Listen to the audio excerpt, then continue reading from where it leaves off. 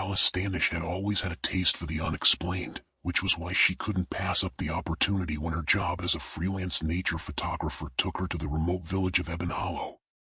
Nestled deep in the northern wilds, the village was encircled by the vast, ancient forest known locally as the Whispering Woods. It was mid-autumn, and the woods were a riot of orange and gold, the perfect backdrop for her work. But Ebon Hollow was infamous for more than its scenic beauty. It was shrouded in tales of mysterious occurrences and eerie phenomena. Her first night in the village, Alice stayed at the Elder Inn, a cozy establishment run by an elderly couple, the Hawthorns, who seemed to embody the warm spirit of the village. Over dinner, Mrs. Hawthorne regaled Alice with stories of the village's history and local lore. It was during one of these tales that Alice first heard about the Whispering Woods. It's said that long ago, villagers who entered the woods at night would hear whispers, Mrs. Hawthorne explained, her voice lowering. They believed it was the spirits of those who'd gone into the forest and never returned. They say these spirits try to communicate, maybe warn us or perhaps lure more to join them. Alice was captivated. She asked, has anyone ever figured out what the voices say? Mr. Hawthorne chuckled softly, interjecting, oh, many have tried to understand, but those who linger too long in the woods don't come back the same, if they come back at all. The next day, armed with her camera and a healthy dose of skepticism, Alice decided to explore the woods. The sun was a pale disk in the sky, filtering through the dense canopy of leaves, casting a kaleidoscope of light and shadow on the forest floor. As she ventured deeper, the natural sounds of the woods grew quieter, and a strange anticipation stirred in the air. Alice reached a part of the woods where the trees were older, their trunks thick and gnarled, their branches intertwining above to form a natural vault. Here, she started to set up her equipment for a shot when a faint whisper tickled her ears. Startled, she looked around, but saw no one. Assuming it was just the wind, she continued her work. But then, she heard it again, clearer this time, a soft, indistinct muttering. It seemed almost musical, like a distant conversation where she could almost but not quite catch the meaning. Curiosity piqued, Alice followed the sounds, her camera forgotten. The whispers grew louder, a symphony of voices that seemed to beckon her deeper into the forest. She noticed the air growing colder, the shadows deeper, and a fog beginning to curl around the bases of the trees. The whispers seemed to be coming from all directions now, overlapping and interweaving. She reached a clearing that she hadn't seen on her map. The fog was thicker here, swirling around her feet. The whispers were so loud now, they were almost deafening, yet she could still not make out any distinct words. In the center of the clearing stood an ancient oak, its trunk wide and covered in centuries of moss. The whispers seemed to emanate from it, pulsing with a rhythm that matched the beating of her heart. Alice felt an inexplicable pull towards the tree, her mind foggy with the cacophony of voices. Just as she reached out to touch the mossy bark, a loud, clear voice broke through the murmur, "Leave." Startled into action, Alice stumbled back. The fog seemed to momentarily clear, and she could see the way she had come. The voice didn't follow her as she made her way back to the village, but the echo of the whispers lingered in her mind, haunting her with their urgent intonation. Back at the Elder Inn, shaken but unharmed, Alice pondered the experience. It was clear that the legends were more than just stories. There was something truly unexplainable about the Whispering Woods. Determined to uncover the mystery, Alice decided she would venture out again. But next time, she would be better prepared to listen and perhaps communicate with whatever spirits called those woods home. She felt a story unraveling before her, one she couldn't ignore, one that might just be her biggest adventure yet. The tales of the Whispering Woods had set Alice's mind ablaze with curiosity, but it was the legend of the vanishing house that truly captured her imagination next. This spectral mansion was said to materialize only when shrouded in the densest fog, a silent sentinel from the past, appearing at the edge of Ebon Hollow with an allure that was as magnetic as it was menacing. Late one evening, as a thick autumn mist began to descend upon the village, whispers among the locals at the Elder Inn turned to stories of the vanishing house. Intrigued, Alice listened intently as an elderly villager, Old Man Carver, took the lead, his voice a raspy whisper that matched the mood of his tale. They say it was the home of Josiah Craven, the founder of Ebon Hollow, Carver began, his eyes reflecting the flicker of the fireplace. Craven was a stern man, feared and respected, but he harbored dark secrets. One night, his mansion vanished into the fog, just as mysteriously as it had appeared years before. They say it returns on foggy nights, seeking to reclaim something, or someone, from the living. Alice, ever the skeptic yet fascinated by these ghostly tales, decided she would capture the vanishing house on camera, should it choose to reveal itself. Equipped with her camera and a sense of mounting excitement mixed with dread, she set out into the foggy night, guided by the flickering beam of her flashlight. The mist was thick, a damp blanket that muffled sounds and obscured sights. As she wandered the outskirts of the village, the outline of a large structure began to emerge through the haze. The house stood solemnly on a slight rise, its Victorian architecture looming ominously against the night sky. It seemed impossibly large, its windows like dark, watching eyes, and its grand doorway an open mouth ready to swallow her whole. Heart-pounding, Alice approached the mansion, her camera poised. The air grew colder as she neared, and the silence of the fog was replaced by the soft creaking of the house settling, or perhaps greeting her. She could almost feel the weight of history and horror that this house carried in its walls. The front door was ajar, inviting her in. With a deep breath, Alice stepped inside. The interior was shrouded in darkness, save for the occasional shaft of moonlight piercing through the broken windows, casting ghostly patterns on the dust-covered floors. The house was a labyrinth of corridors and rooms, each corner and doorway offering deeper shadows and colder air. As she explored, her flashlight beam caught glimpses of old portraits on the walls, their faces blurred and eyes seeming to follow her movements. The atmosphere was thick with the sense of being watched. Deeper into the mansion, she found the library, a vast room with bookshelves stretching towards the high ceiling, their contents untouched yet covered in thick layers of dust as if frozen in time. Alice's camera clicked and whirred as she captured every eerie detail. In the heart of the library stood a large desk with an open journal. The pages were yellowed and the ink faded, but the words were still legible. It was Craven's journal. The entries spoke of regret and warnings, of a hidden vault beneath the mansion and a cursed treasure that was the source of his family's wealth and their doom. The air grew oppressively heavy, the whispers of the past swirling around her. Suddenly, the house groaned loudly, as though in pain or protest, the sound reverberating through the walls. Alice felt a chill that went deeper than the bone, a warning that her presence was no longer welcome. Hastily, she gathered her equipment and made for the exit, the weight of Craven's secrets pressing down on her. As she stepped back into the fog, she turned for one last look at the mansion. In the blink of an eye, it dissolved into the mist, leaving no trace behind except for the chilling images on her camera and the haunted journal tucked under her arm, a tangible piece of the past that refused to be forgotten. Back at the Elder Inn, Alice reviewed her photos, her mind racing with thoughts of what she had seen and read. The vanishing house was more than a legend, it was a piece of the puzzle in understanding the dark heart of Ebon Hollow. And with Josiah Craven's journal in her possession, she knew her investigation was only just beginning. After her harrowing experience at the vanishing house, Alice was more determined than ever to delve deeper into the secrets of Ebon Hollow. The next anomaly that caught her attention was the village square's central figure, a hollow statue of a cloaked figure, notorious among locals for its unsettling presence and bizarre phenomena. The statue, carved from dark, veined marble, depicted a hooded figure with no discernible face, its features worn away by time and weather, or perhaps, as some villagers whispered, by intention. Standing over 8 feet tall, the statue was both awe-inspiring and intimidating, casting a long shadow even under the noonday sun. According to local lore, on every full moon, this statue wept tears of blood, a phenomenon no one could explain but many speculated about.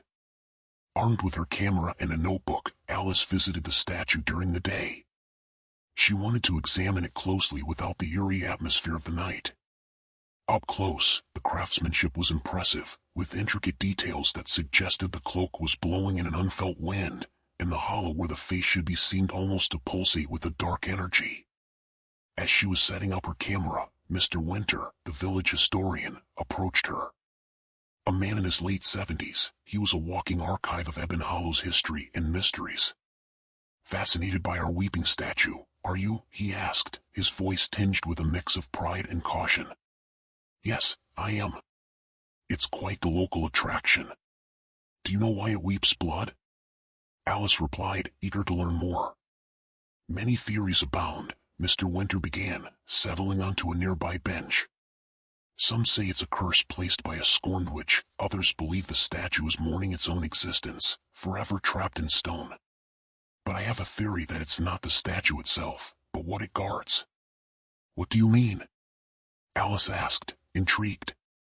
Beneath this statue lies a hidden compartment, he whispered as if the statue might overhear. It is said to contain an object of great power and danger. Only during the full moon does the compartment open, revealing its secrets to those brave, or foolish, enough to look. Alice's interest was piqued. Has anyone ever looked inside? A few have tried, Mr. Winter replied, his eyes darkening with the memory. But none have spoken of what they've seen. Some left the village without a word, others, well, let's just say they weren't themselves anymore. Determined to uncover the truth, Alice decided to stay until the next full moon. She prepared herself mentally and physically, researching old lunar rituals and protective measures. She wasn't generally superstitious, but she wasn't taking any chances either. On the night of the full moon, Alice, along with Mr. Winter, who insisted on accompanying her, approached the statue. The air was crisp, and the full moon cast a silvery glow, intensifying the shadows around the square. As the moon reached its zenith, the statue began to change. The marble seemed to pulse, and the hollow eyes darkened as if filling with liquid. Then, slowly, blood-red tears began to stream from the hollow, staining the stone with dark streaks. Alice and Mr. Winter watched in awe and horror as the base of the statue shifted slightly, revealing a small, dark opening. Holding her breath, Alice leaned in with her flashlight. Inside, she found an old, leather-bound diary, its cover embossed with strange symbols that seemed to shimmer under the flashlight's beam. With trembling hands, she took the diary out. The pages were filled with writings in a cryptic language, interspersed with sketches of astronomical alignments and arcane rituals. It appeared to be a diary of someone deeply involved in the occult, possibly even Josiah Craven himself. Alice photographed every page, her hands shaking not just from the cold. As she flipped through the diary, a loose page fell out. It contained a detailed drawing of the statue in the square, with a specific date marked decades in the past. It coincided with a legendary unsolved disappearance in the village. As the moonlight waned, the compartment began to close. Mr. Winter urged her to replace the diary, warning that some secrets were too dangerous to disturb. Reluctantly, Alice put the diary back, but not before she tucked the loose page into her pocket. The statue returned to normal, its tears drying up as if they'd never been. As they walked back to the inn, Mr. Winter spoke solemnly. You have a part of the puzzle now, Alice. Be careful how you use it. Back in her room, Alice examined the page she'd kept. The drawing was detailed and ominous, suggesting that the statue and the square were at the heart of a ritual that tied the village's darkest secrets together. With this clue in hand, Alice knew her stay in Ebon Hollow was far from over. The mysteries were unraveling, and she was at the center of it all. After the unsettling revelations surrounding the Hollow statue, Alice found herself drawn even deeper into the mysteries of Ebon Hollow. The village, with each secret uncovered, seemed less like a quaint relic of the past and more like a nexus of eerie phenomena that defied rational explanation. The next enigma that Alice decided to investigate was perhaps the most intangible yet, the unseen bridge, known to the villagers as a spectral passage that appeared only to those marked by tragedy. According to local lore, the bridge manifested itself to individuals who had experienced a profound personal loss. It was said to be a bridge between worlds, a place where the living could momentarily transcend their earthly bonds and communicate with lost loved ones. Intrigued by the notion of such a mystical connection, Alice set out to find the bridge, armed with her camera and a growing sense of foreboding. Her guide to the bridge was a middle-aged woman named Mrs. Lindley, a widow whose husband had reportedly crossed the bridge a year before his untimely death. Mrs. Lindley agreed to accompany Alice to the site, though she warned that the bridge might not appear to Alice if she hadn't experienced a loss deep enough to resonate with the bridge's mysterious energies. They walked together at twilight, the sky a melting pot of purples and deep blues, out past the outskirts of the village and into a dense part of the forest where the trees seemed to huddle close, whispering secrets of their own. Mrs. Lindley explained that her husband had come here to cope with the grief of losing their daughter to illness, and one evening, he had seen the bridge. When he returned, he spoke of a brief, beautiful conversation with their daughter, his eyes alight with a peace that had eluded him since her death. As they reached the rumored location of the unseen bridge, Alice felt a chill that had little to do with the evening air. The forest opened onto a riverbank, the water reflecting the last light of the setting sun. Yet, there was no bridge in sight, just the gentle flow of the river before them. Mrs. Lindley pointed to a spot in the middle of the river. It was there, right there where the currents swirled together. He said it formed like mist, rising from the water, she whispered, her voice thick with emotion. Alice set up her camera, focusing on the indicated spot, though she felt foolish hoping to capture something that might not even be visible to her. As the sky darkened, they waited in silence, the only sound the murmur of the river and the rustle of leaves. Suddenly, Mrs. Lindley gasped, pointing tremblingly. "Look!" In the dim light, a structure seemed to coalesce from the mist above the river, a bridge, arching gracefully over the water, its form shimmering and translucent. It was there, and then it wasn't, flickering like a flame in a draft. Alice snapped photo after photo, her heart racing as she watched through her lens.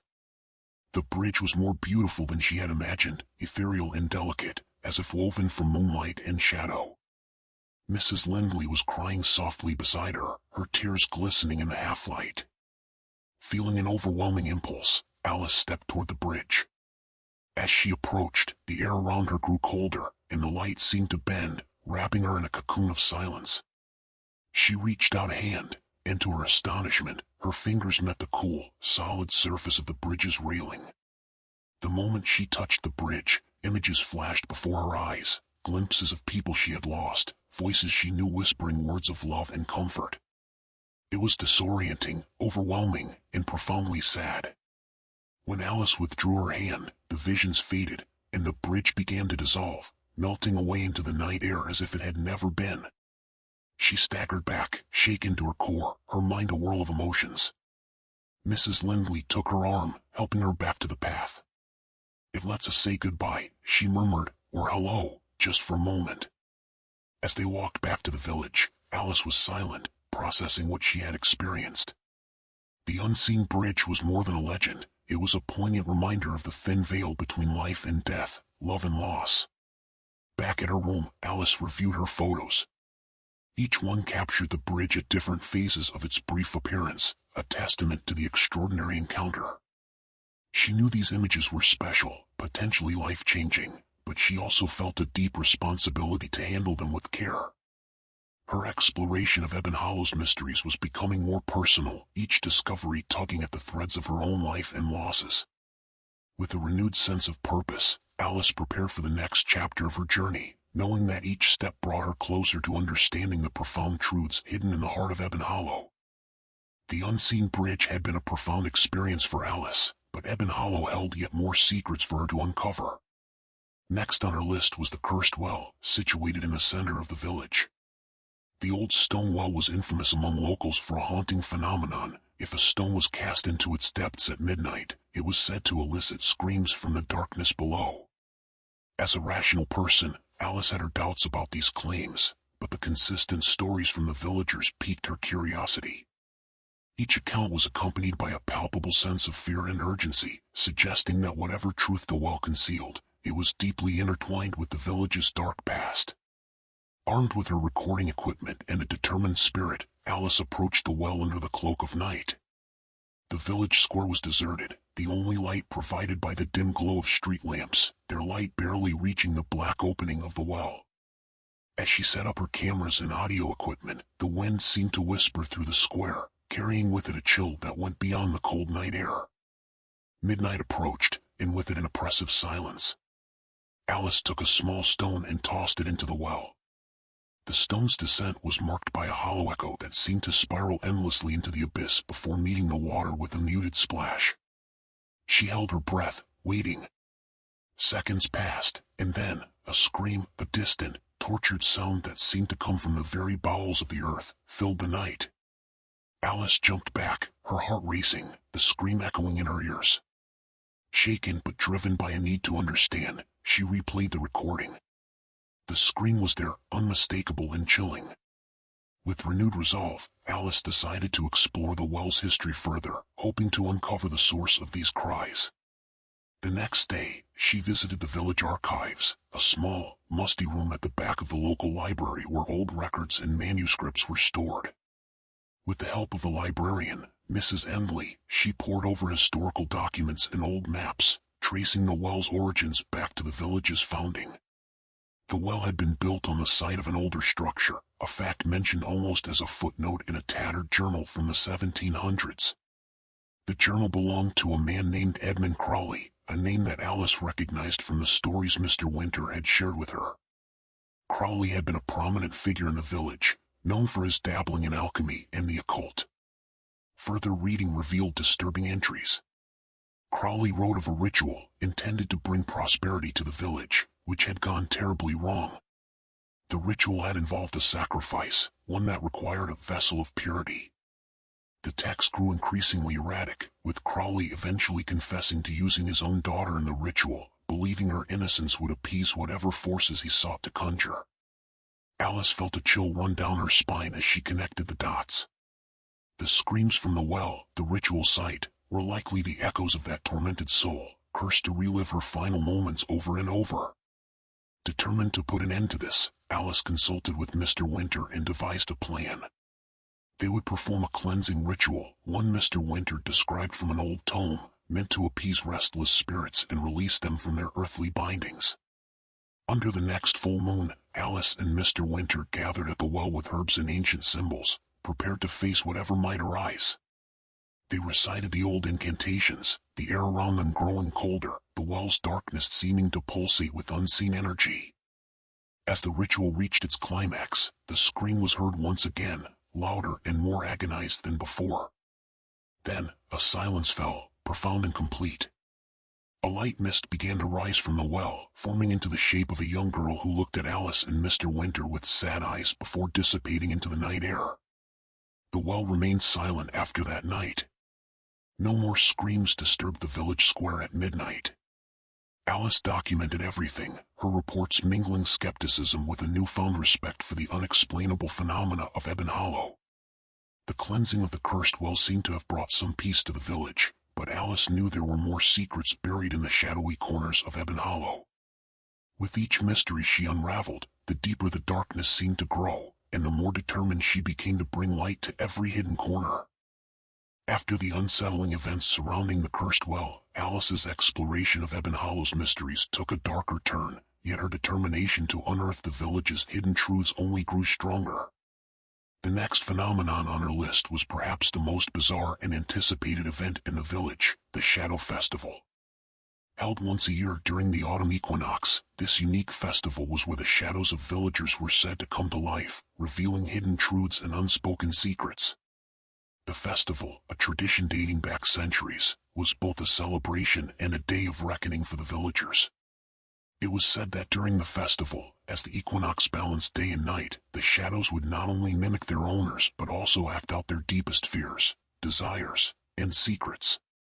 Intrigued by the concept and the psychological implications, Alice planned to document this phenomenon, curious to see how much was folklore and how much was palpable, psychological projection.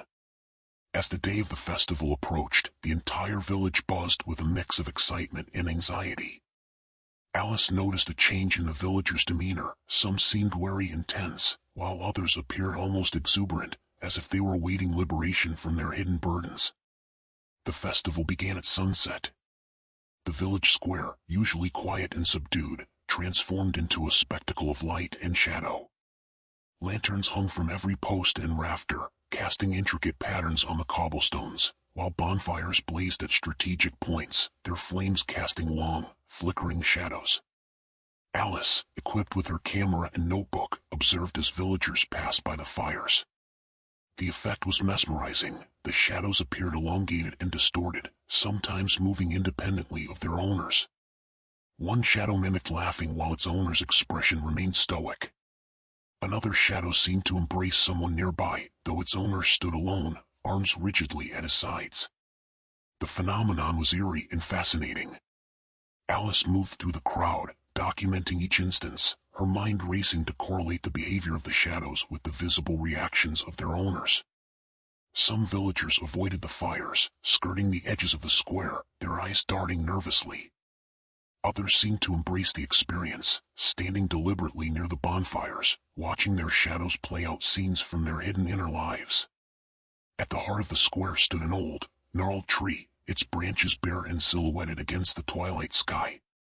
It was here that the festival reached its climax. The village elder, a woman known simply as Mother Hollis, called the villagers to gather around the tree. As they did, their shadows merged into a large, dark mass at the base of the tree. Mother Hollis began to speak, her voice strong and clear. "Tonight, we face our shadows, our truths. Let them teach us, let them free us." As she spoke, the mass of shadows writhed and shifted, images forming and dissolving within it, scenes of conflict, love, betrayal, and joy played out in the flickering light. Alice felt the collective emotion of the crowd, a mix of catharsis and fear, as secrets long buried were brought to light in the dance of shadows. Her camera captured every moment, each image a story within itself. As the night deepened, the shadows seemed to settle, becoming calm. A hush fell over the square, and Mother Hollis concluded the ceremony with a final blessing: "May your truths light your way." The fires were doused, and as the last ember faded, the shadows slipped away, leaving behind a crowd of villagers who looked as if they had been through a profound experience.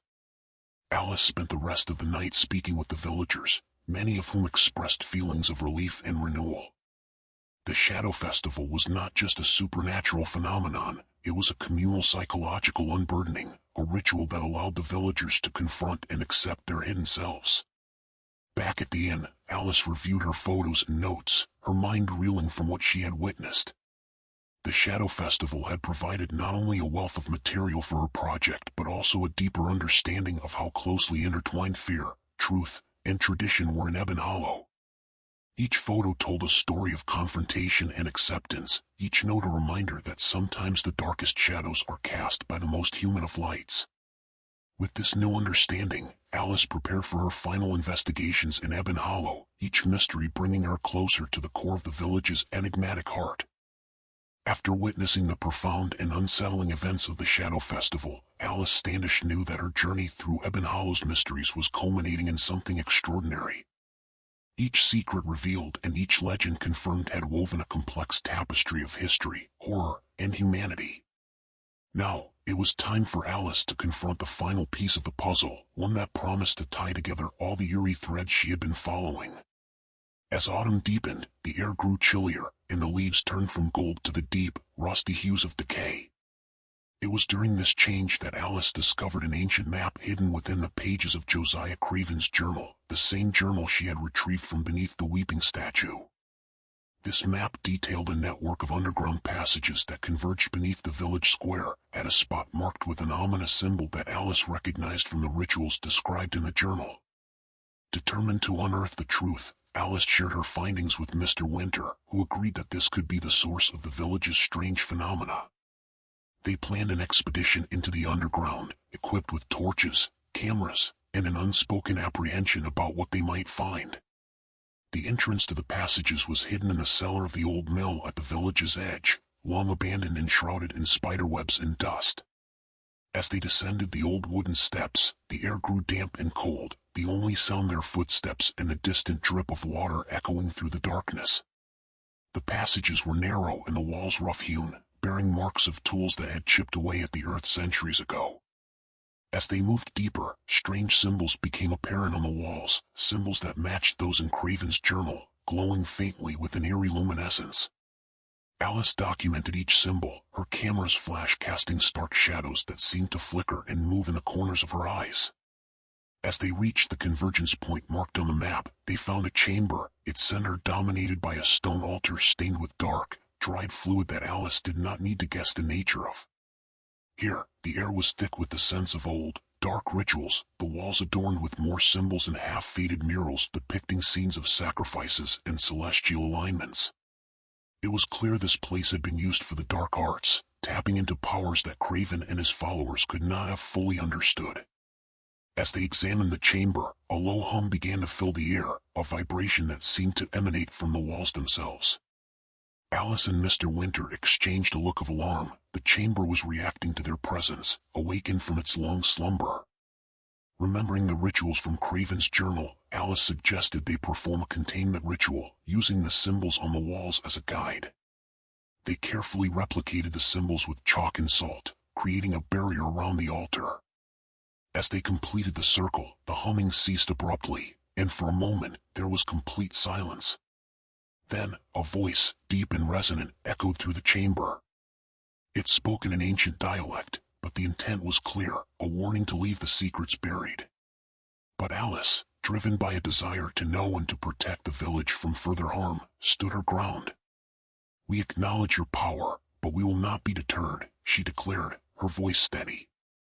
"We seek to understand, to protect." The voice faded, and the chamber seemed to settle, the oppressive atmosphere lifting slightly.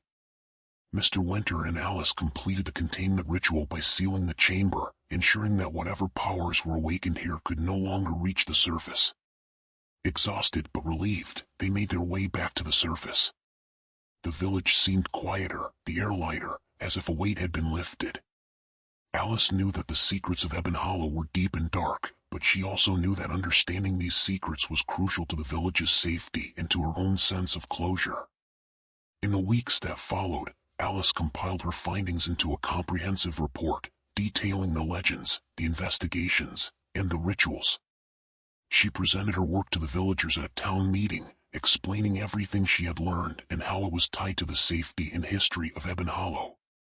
The villagers listened, wrapped in somber, but also with a sense of relief. Knowledge was power, after all, and Alice had provided them with the knowledge to understand and protect their village from the shadows of the past. As she packed her bags to leave Ebon Hollow, Alice felt a mix of sadness and accomplishment. She had come seeking stories and had found a community, a place rich with history and mystery. She knew she would return someday, for some stories were never truly over, they just awaited the next chapter.